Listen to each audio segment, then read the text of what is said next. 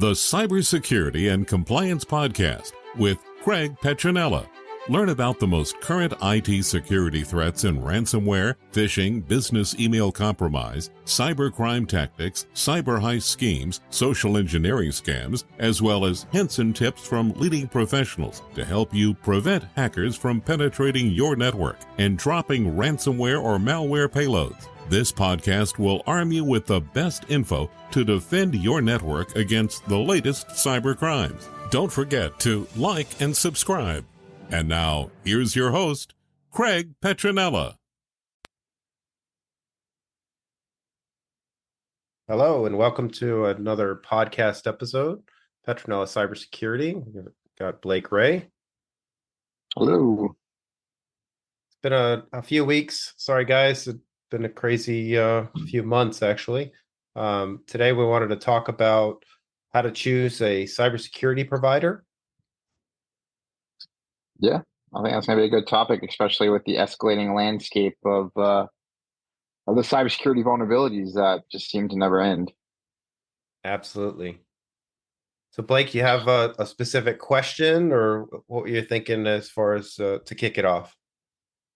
I think there's a lot of people out there that are curious as to how they can vet or test a cybersecurity provider, things to look for, things to avoid. There's a lot of people out there that I know we've worked with that that pose as competent but don't seem to be. So yeah, maybe things that we can look for, things that our listeners should avoid. I think that'd be a pretty cool topic. Yeah, so I agree. I think that, like any hot industry, I think that there were a lot of IT providers or IT guys that maybe saw an opportunity with cybersecurity and wanted to get into it, but may not be the best qualified, because nowadays cybersecurity is quite a broad topic, as is IT. But they're really two separate roles, much like a general practitioner versus a specialist. So my suggestion for folks looking to hire a cybersecurity company would be to look at their track record, their reviews, references, certifications, accolades, things like that, and then areas of expertise. We've talked in previous episodes around the Cybersecurity Maturity Model Certification, or the CMMC, which is a mouthful, I know. But that maturity model is really the latest regulatory standard for cybersecurity.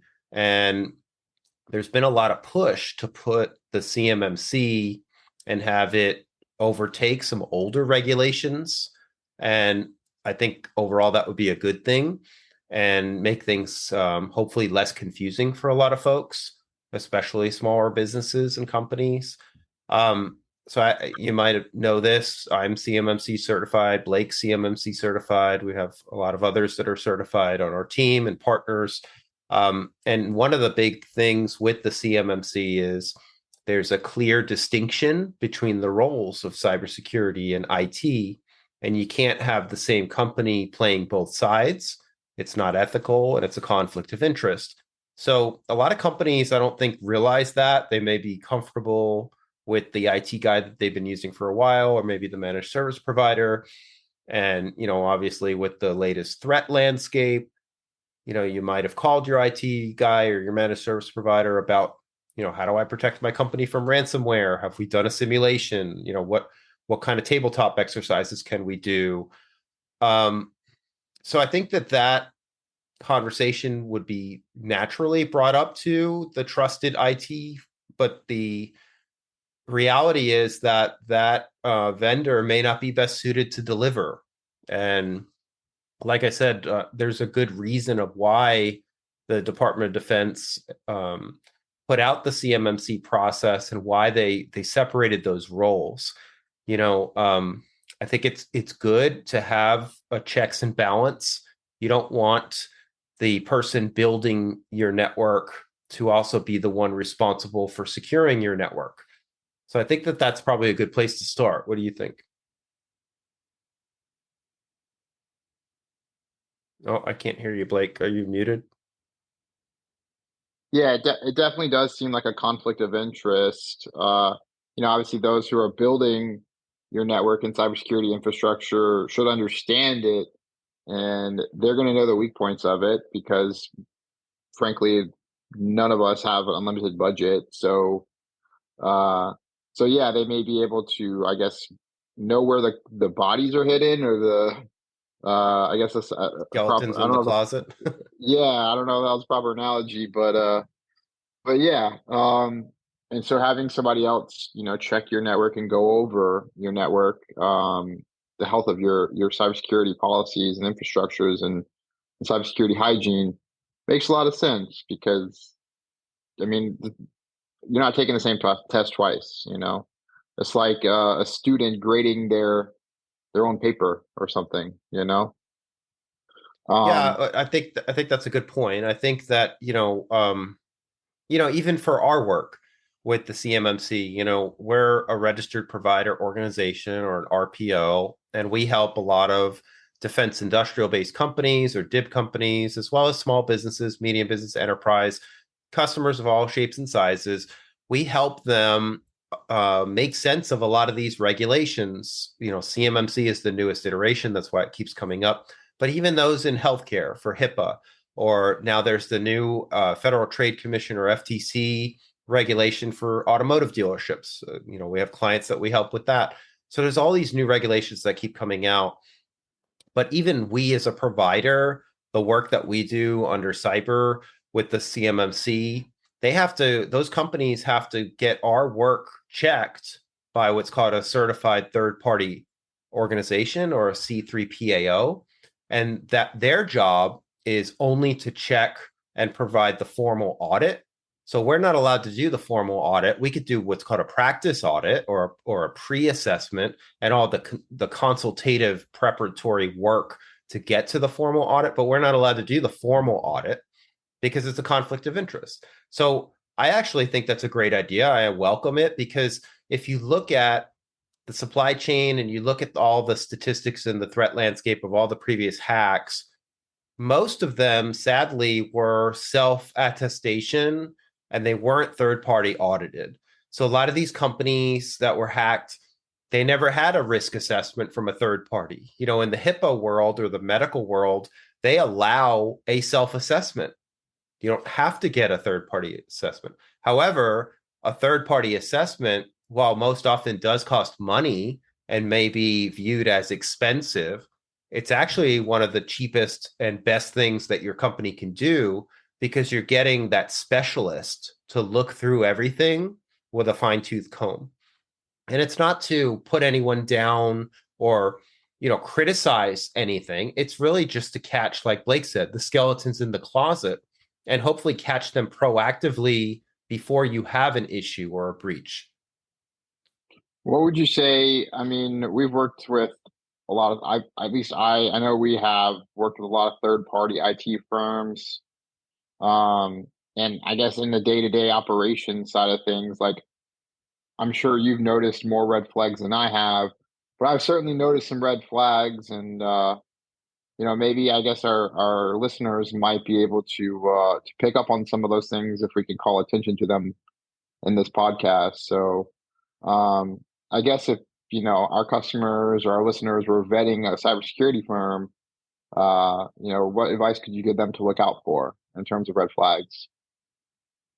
Yeah, so some advice would be, like I was saying earlier, looking at track record, looking at references. If they're hesitant to give you references or they're kind of hiding behind the curtain, that's a red flag. If they don't understand the latest regulations and the standards, that's a red flag.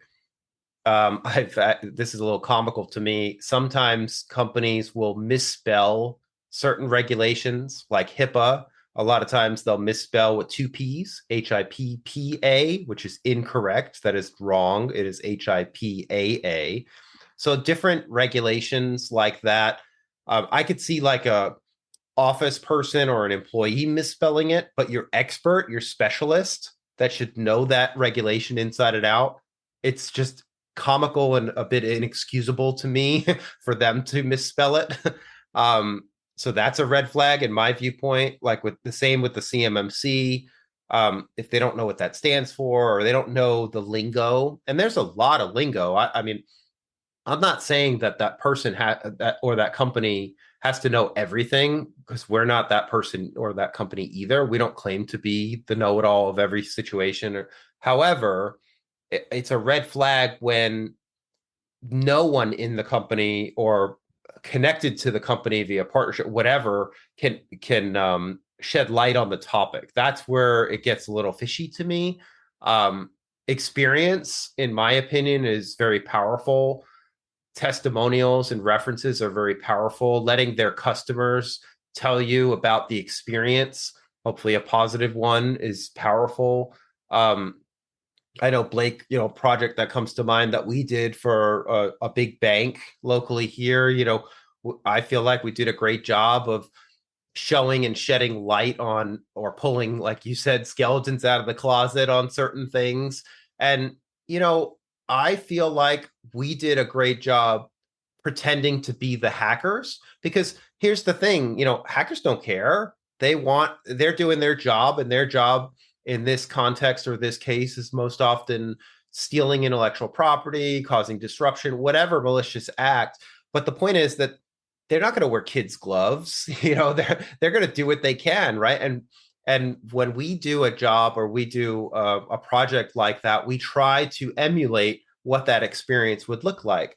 So, just like with the military drills, fire drills, different types of practice exercises, like we talked about, tabletop exercises, having companies do these things. If you call your cybersecurity prospective company that you're thinking about hiring and you say, hey, I'd like to do a tabletop. If they're like, what's a tabletop? That's a red flag. If you feel like the lingo better than they do, that's a red flag. So you could check, well-known publications on, ranking. Like UpCity is a good one that ranks different companies on their expertise and their awards and things like that. Certifications, that's a good measurement. Different types of certifications exist. But I feel like experience and track record and references or customers that talk about their positive experiences, I feel like that's really the best way to vet, a provider. Something that I think about too that immediately came to mind, I was waiting for you to say it, but I'm surprised you didn't, is pricing services or products without fully understanding, your security placement, your security layers, what you have implemented, your current cyber hygiene. I think that to me is the one that I see the most.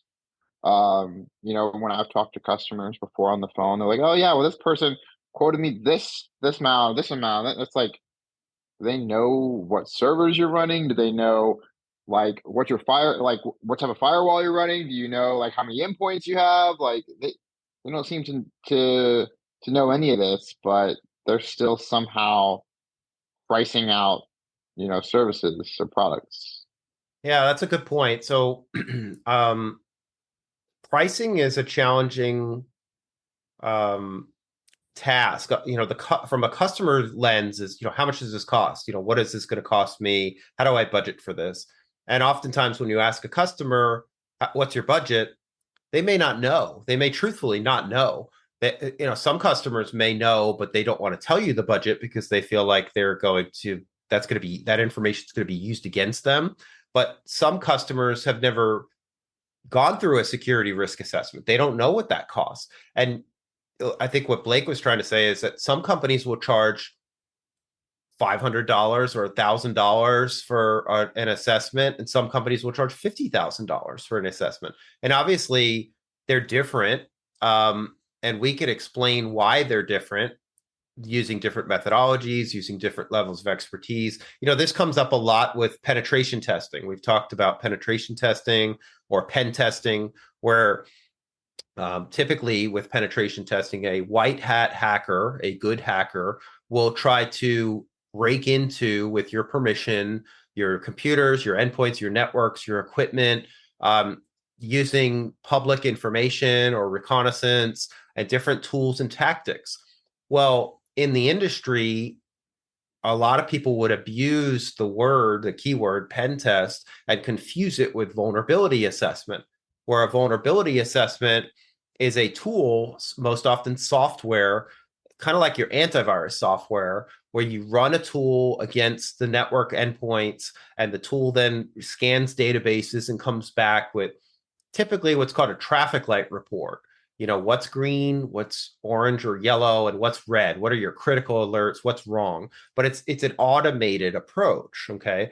Well, a lot of managed service providers or IT guys that are kind of dabbling in cybersecurity, that are not really cybersecurity experts yet, or maybe not as mature as some other firms, they will effectively misrepresent a vulnerability scan as a pen test. So a pen test typically, all different ranges of scopes and pricing.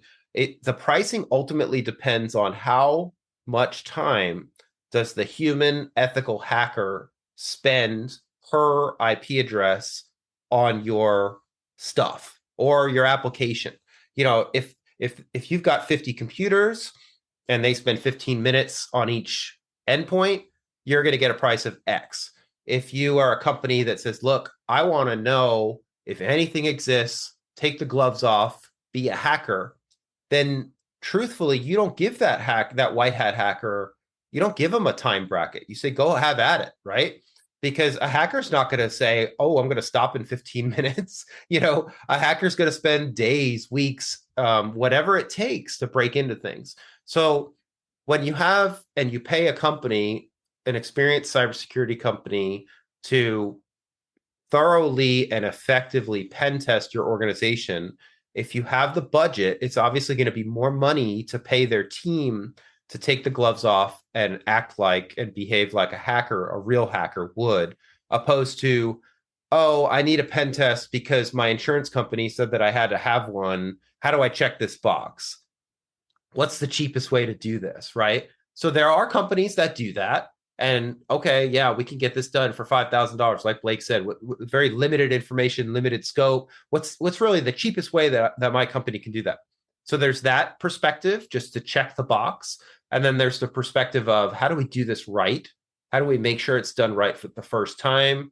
And how do we really get a real pen test? And that example from pricing is much like anything else that can be priced. The old adage, you get what you pay for, right? We all know that a Ferrari, a Porsche, they're expensive vehicles. If you find one for $500, you know that it's a red flag. There's got to be something wrong, right? So it's kind of the same thing, right? I mean, if you're going to hire a cybersecurity expert, some of them might be $500, $1,500 an hour or more. Some, inexperienced, directly out of school, they may charge $95 an hour, but it's a different level of expertise. You're getting the novice versus the seasoned hacker, right? So it's a whole different experience, more expensive specialists, cardiologists. If you're shopping for a heart valve, and your doctor says, look, this surgery is going to cost you $100,000.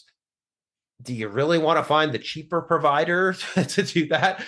Or do you want to find the most experience that all those specialists do day in and day out? Is that one thing? They're honing their craft. They're super good at it. Their success rate and their accolades and their reviews and testimonials from people that have gone through the process are positive.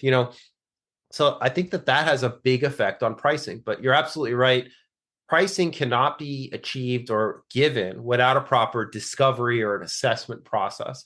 And that's part of our methodology. We can't just throw pricing out there because we just don't know. It's an honest approach. If somebody throws pricing out for a project without properly doing a discovery and assessment process, then it's just, in my opinion, it's not ethical and it's unfair. And unless you're getting a fixed fee, there's a lot of problems that can happen with an approach where you don't properly assess. I've noticed too, in my experience here, a lot of people attach, and not only here, but in other jobs, people attach a higher value to a tangible product. oh, okay, like we talked about, the Ferrari instance, the $500 Ferrari, it must be a Matchbox car. But anyways, you're not going to go to a Ferrari dealership and then go to a Ford dealership and be like, oh yeah, I was at the Ford dealership and their car is $30,000. How come your car is $100,000?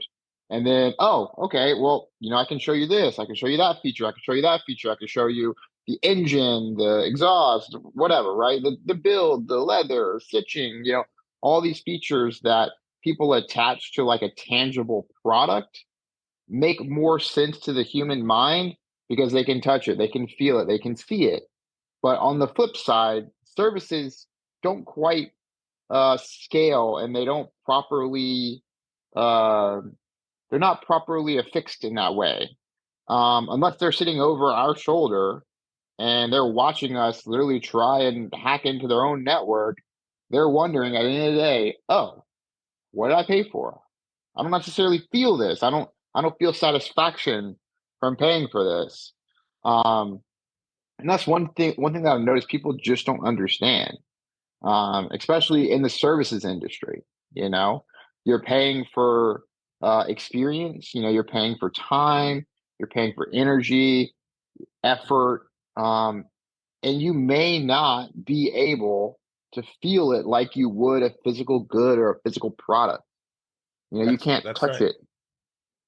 Um, so somehow I've noticed, coming from selling luxury products, like people don't uh they don't respond in the same manner to it, if that makes Yeah. sense. Yeah, no, it makes sense. I mean, I know we're running up on time already, but I think you're right. I think a lot of people can't. It's kind of like health insurance or life insurance rather.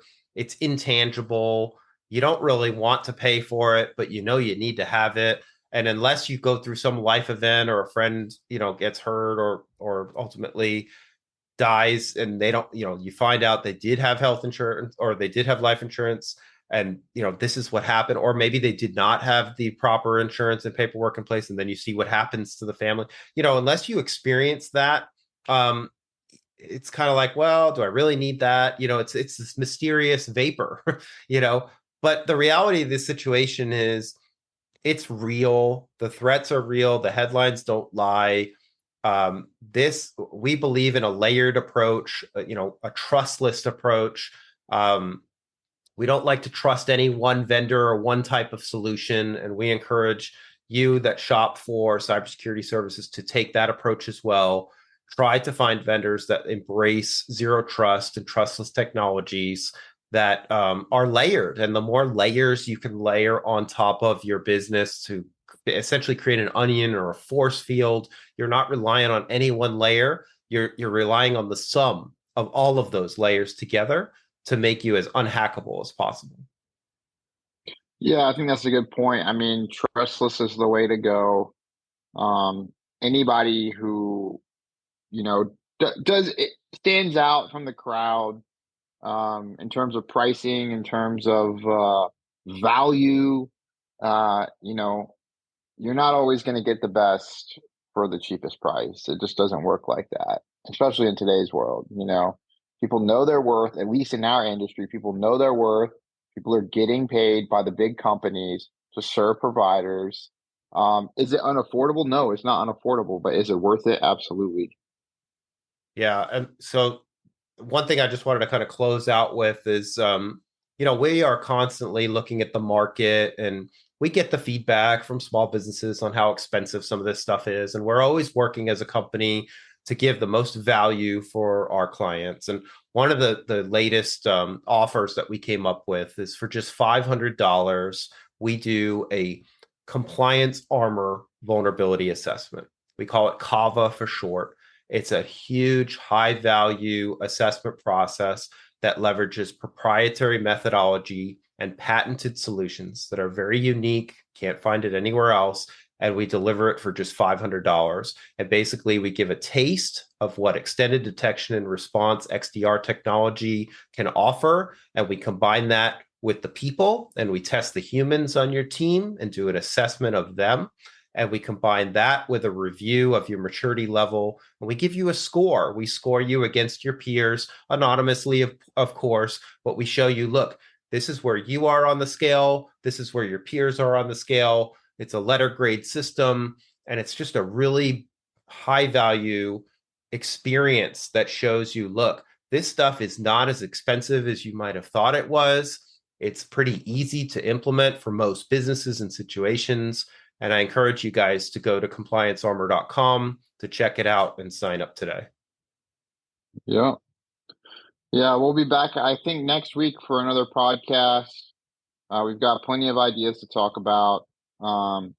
In the future, we're going to try and pack as much value as we can into these podcasts in as little time as we can.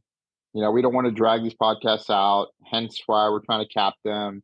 But we've got a lot of cool stuff in the pipeline, a lot of cool topics, I think. I'm definitely excited for the next one. And yeah, I guess we'll see you guys there. Yeah, one thing I just wanted to kind of throw in here, we'll talk about it in a later podcast, but I'm sure you've seen the headlines around the FTX cryptocurrency exchange and how they didn't have assets and basically the whole thing went bankrupt. And quite frankly, a lot of people suffered badly around losing what they paid for and their assets. And I've said this many, many times before, don't trust any company or exchange or anything like that. Embrace zero trust and trustless technologies. If you're dabbling in cryptocurrency, you should be using a cold wallet where only you control the private keys and no one else. Never share them with anyone, and you control the information and the assets that you hold. Because if you trust any company with anything, you're subject to their rules on security, and if they don't have their stuff together, you in the end are the one that's going to lose. So protect yourself. We want our listeners to be well prepared and protected. Obviously we don't give financial advice, but my point is that from a cybersecurity perspective, if that's a world that you're dabbling in, we could probably make a whole podcast episode or a series on this. The point is the same point that I've driven home before. Use a cold wallet, use zero trust, use encryption, use all of the technologies that are at your fingertips that quite frankly don't even cost that much money, that, do the right thing and embrace those zero trust technologies. I did see an article that cold wallets, hardware wallets, whatever you want to call them, soared 300% in sales after FTX. Well, there's probably a back order, probably a shortage. Oh, and by the way, I've said this before too, never buy a cold wallet on Amazon or any other merchant. You have to buy them direct from the manufacturer of the cold wallet. You never want to buy from a reseller. A lot of scammers will buy cold wallets. They'll open them up. They'll put there's a card in there with the secret key, and then they'll repackage it up so it looks all genuine. Then the user will set up that wallet with the pre-configured card, which is a big no-no. And then the hackers wipe the wallet. They wipe it clean. So you never want to do anything like that. You always buy it direct from the manufacturer, and you set up that private key from scratch by yourself. Never put it digitally, type it anywhere. It's physically written, and you store it like it's a bazillion dollars in a vault or a safe place. Definitely not worth it to save 5 or 10% on Amazon. But I did notice, because I was looking up pricing on hardware wallets pretty recently just to see if they were back ordered, if the price has gone up, kind of like crypto, and or down in that case. But I have noticed that, for example, I think it's Trezor. Mm-hmm. Their Nano S, the new Nano S Plus, whatever. The Nano is Ledger. Oh yeah, I'm sorry, yeah, Ledger. Yeah, I did notice that now there is a shipped by Amazon but sold by Ledger. What are your thoughts on those? Because it's like 5 or 10% cheaper. Yeah, probably not. I don't trust it. I'd go direct. Yeah, that's just my opinion. I'd rather be safe. I mean, I'd rather go direct, buy it direct, know where I bought it from. I buy a lot from Amazon. We've got 1 minute to wrap up. But just in closing, I buy a lot of stuff on Amazon. I'm sure that you do too. But in certain categories where you want something to be genuine, I won't take the chance. Like, I'm sure you won't buy a Rolex on Amazon. I mean, there's people that'll sell them. But unless you've got a high trust of the vendor, and again, supporting evidence and artifacts to prove that what they're selling is genuine, if it's something that can easily be duped or faked, I will not buy it on Amazon, and I don't recommend you do it either. Let's leave Thanks, it on guys. that note. We'll see you on the next one. All right. Thanks, guys. Take care. Bye-bye. Thanks for listening to the Cybersecurity and Compliance Podcast with Craig Petronella. For other episodes and more information, visit petronellatech.com. Also visit our other websites, compliancearmor.com and blockchainsecurity.com. Don't forget to like and subscribe. Thanks for listening, and stay secure.